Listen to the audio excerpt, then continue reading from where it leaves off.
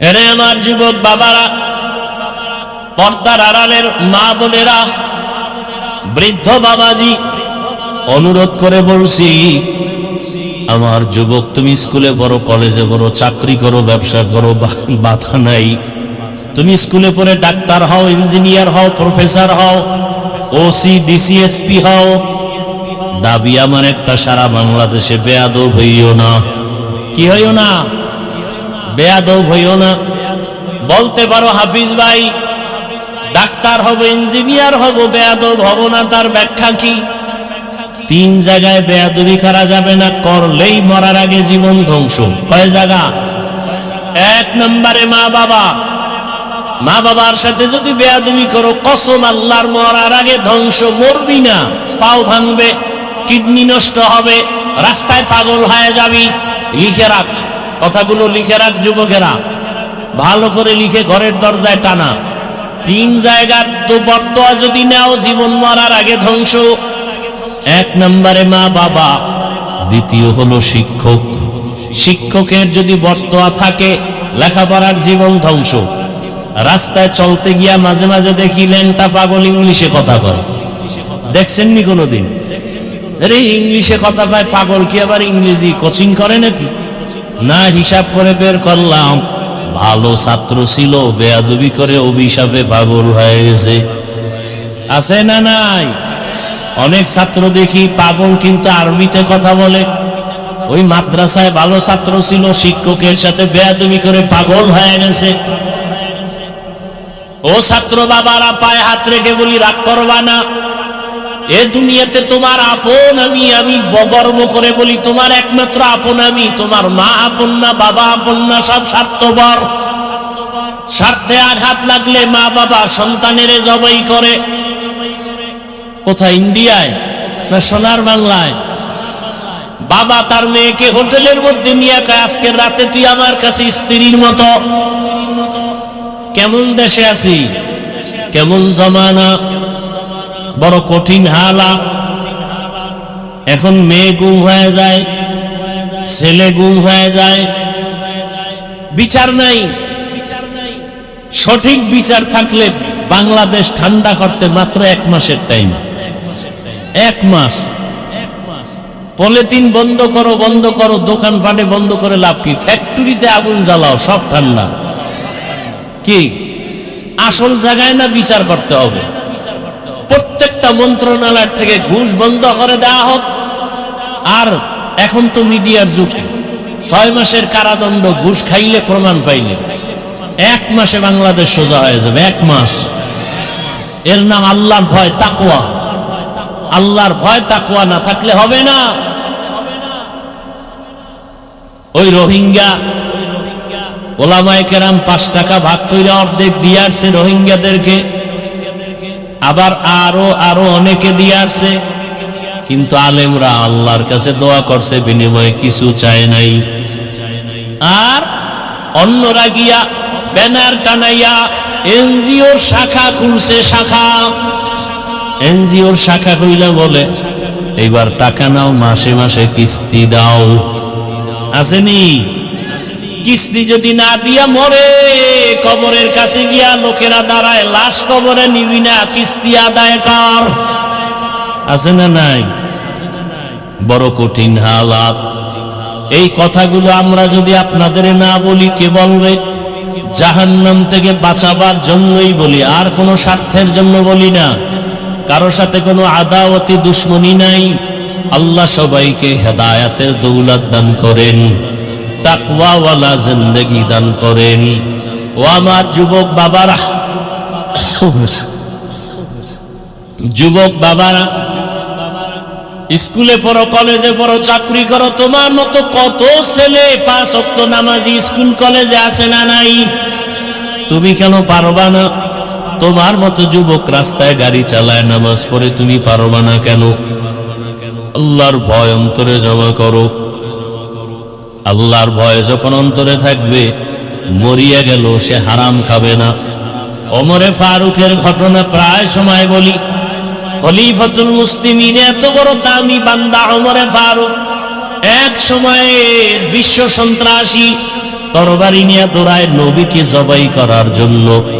রসুলকে জবাই করতে গিয়ে ওমরের মতো বান্দা কালেমা পড়ে মুসলমান হয়ে পাওয়ার বেড়ে গেল।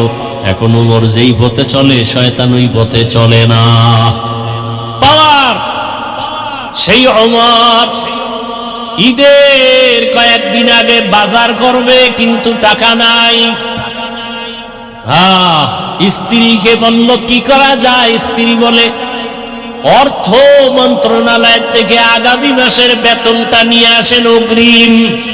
কাকে বলল? দেখছেন নি কারবার? এরা অজনে এই 1 মিনিট হয় নাই, 1 মিনিট নয়, 5-10 সেকেন্ডের মধ্যে খবর নেই।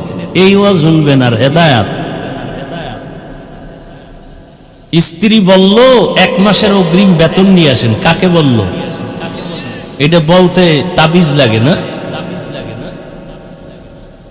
ওমরে ফারুক চিঠি লিখলেন অর্থ মন্ত্রণালয়ের জিম্মাদার আবু ওবায়দা ইবনুল জাররাহ। এবার চিঠি লিখলেন আমাকে 1 মাসের অগ্রিম বেতন দিয়া দাও। একেবারে সরকারি সিল মাইরা দিছে। চিঠিটা নিয়ে যখন ইবনুল জাররাহ তার কাছে চলে গেল, তিনি উল্টা দেখা কান্না কইরা আবার চিঠি আর একটা উল্টা লেখছে প্রশ্ন করিয়া। ওমরের কাছে যাও, আমার এই চিঠির উত্তর দিয়া দাও, 2টা প্রশ্ন আছে, জবাব দিলে টাকা দিবে আর আগে না। দেখছেননি কারবার? রাজনীতি বুঝেননি?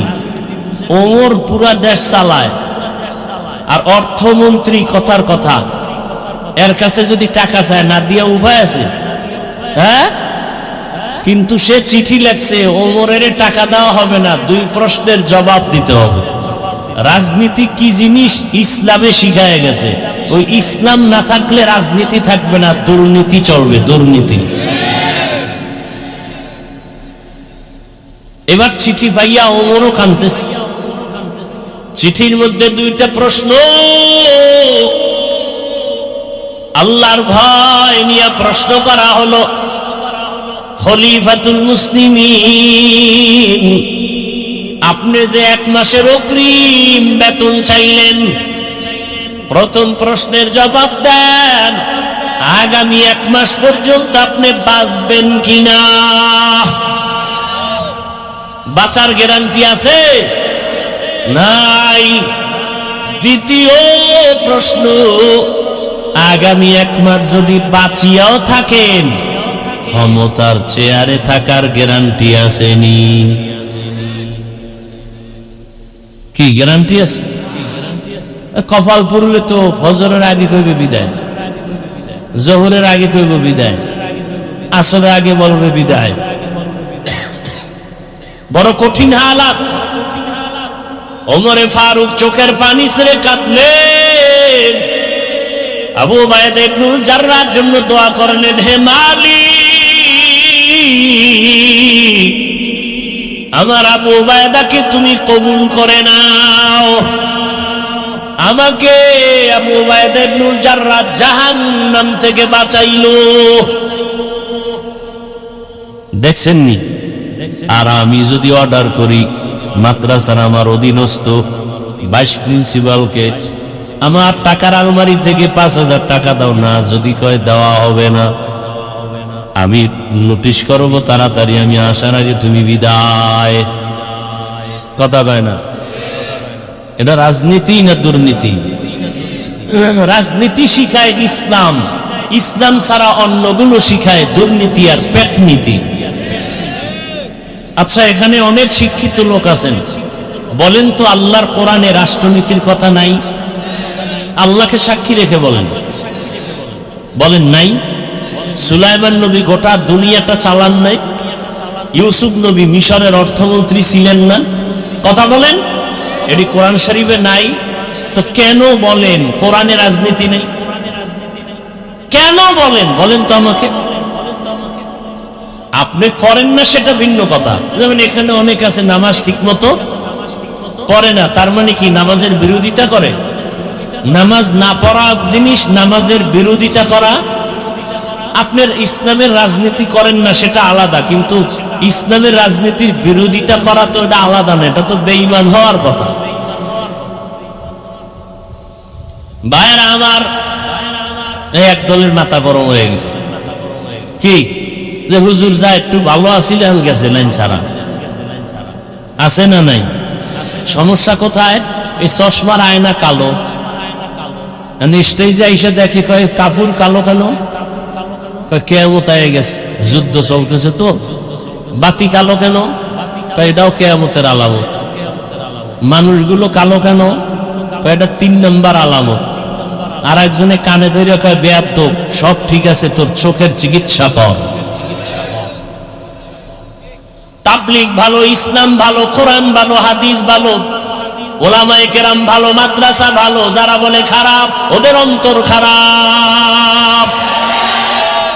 অন্তরের চিকিৎসা করো। ও আমার যুবক, এতক্ষণ আলোচনায় কি বুঝলা? স্কুলে পড়া যাবে না, কলেজে পড়া যাবে না, যাবে তবে পার্কে যাওয়া যাবে না। স্কুলে পড়া যাবে, কলেজে পড়া যাবে, গাঞ্জা খাওয়া যাবে না। স্কুলে পড়া যাবে, কলেজে পড়া যাবে, শিক্ষকের সাথে বেয়াদবি করা যাবে না, মা বাবার সাথে বেয়াদবি করা যাবে না, ওলামায়ে কেরামের সাথে বেয়াদবি করা যাবে না। ঢাকা কলেজে গিয়া তাকাইয়া দেখো, কত ছাত্ররা কলেজে ক্লাস করে, মাথায় পাগড়ি, মুখে বড় দাড়ি, বড় জামা, নাই বিড়ি খায়, মদ পান করে। তুমি কেন পারবা না? ও পর্দার আড়ালে মা বোনেরা, আপনার মতো মা কত দামি এই দুনিয়াতে আর কেউ নাই। সব নবীদের মায়ের মতো আপনারা, আপনারা নবীদের মা, সাহাবায়ে কেরামদের মায়ের মতো মা, বড় পীর আব্দুল কাদের জিলানীর মায়ের মতো মা, খাজা মঈনুদ্দিন চিশতি আজমিরি রহমাতুল্লাহ আলাইহির মায়ের মতো মা। আপনার সন্তানটাকে বড় একজন আদর্শবান ডাক্তার বানায় দেন, কোরআন পড়াইয়া। জীবনে জানো শিক্ষকের সাথে বেয়াদবি না করে, আলেমের সাথে বেয়াদবি না করে, মা বাবার দোয়া দিয়া চলে। যদি 3 জায়গার দোয়া নিয়ে চলতে পারে, ডাক্তার হলেও সে সর্বোচ্চ সম্মান পাবে পুরা দেশের মধ্যে, এলাকায় না, পুরা দেশে। ওসমান হাদির কথা ভুলে গেছো? যুবকেরা রাস্তা দিয়ে চলে, মানুষ এসে টাকা দেয় বান্ডিল, এ হাদি ভাই নাও, কেন? এমনি দিলাম। তোমার দেয় কেউ? তোমার চান্দি গরম, সারা রাত মোবাইলে আকাম করবা, মোবাইলে এমবি নাই, পাগল হয়ে গেছো। শেষ পর্যন্ত বাবার মানি ব্যাগ ধরে ফেলছো, মায়ের টাকা চুরি করো। তুই মা বাবার অভিশপ্ত সন্তান, চোর। মা বাবারে জবাই করা যেই গুনাহ, চুরি করা এই একই কায়দার গুনাহ। জবাই করলে জাগাত চলে যাবে, চুরি কইরা বাবার বরকত আস্তে আস্তে নষ্ট হয়ে যাবে। এই ছেলেরা, বাবায় মারা গেলে ওই সম্পদ কার? কি তা তুই চুরি করো তো তোর টাকাই করো, তোর মাথায় তো নষ্ট কেন? গাঞ্জা খাও, কার অভিশাপ লাগাইছো? বাবার টাকা সম্পদ নষ্ট করো। আজকে বাবায় মারা গেলে তো সব তোমার, তো তুমি ক্ষতি করো কেন? নিজের সম্পদ নষ্ট করো কেন? এই চিন্তা করো। বাবা আজকে মরে গেলে সব সম্পদ তোমার, বাড়ি তোমার, মা তোমার, ব্যবসা তোমার। আর কিছু বাপ আছে, কি বলবো,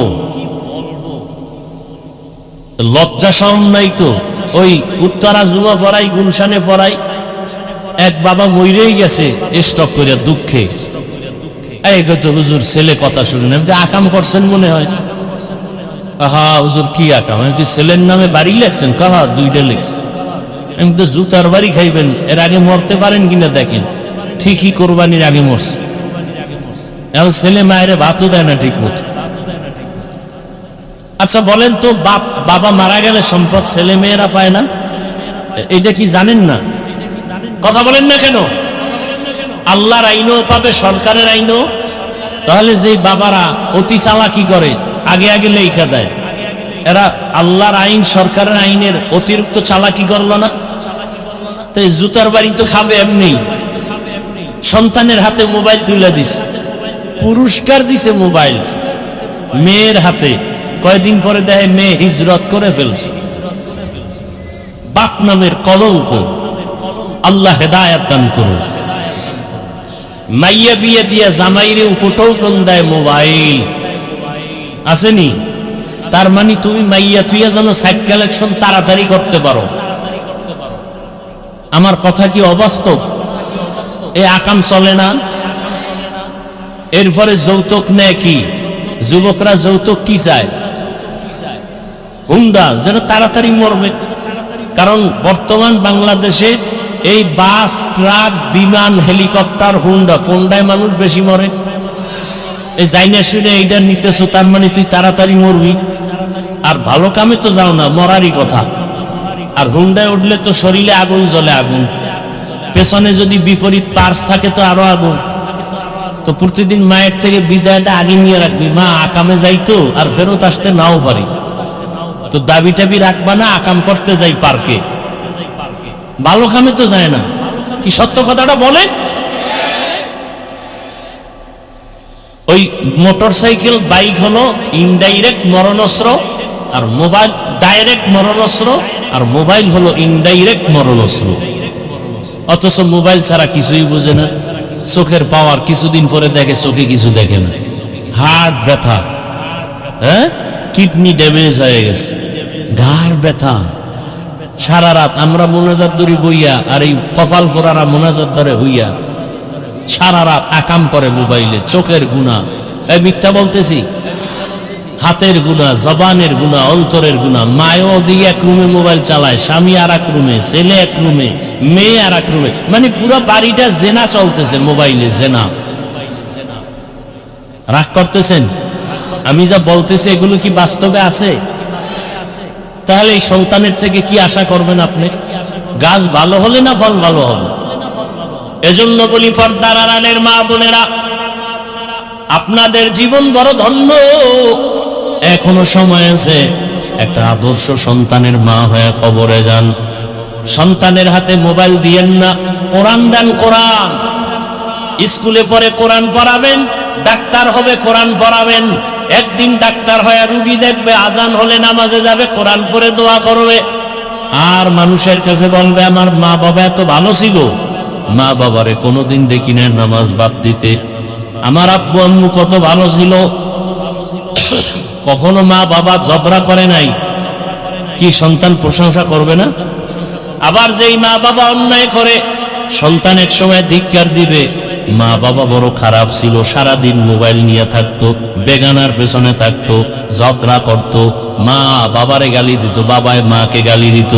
এই অভিশপ্ত মা বাবার কারণে আমি সন্তান খারাপ হয়ে গেছি।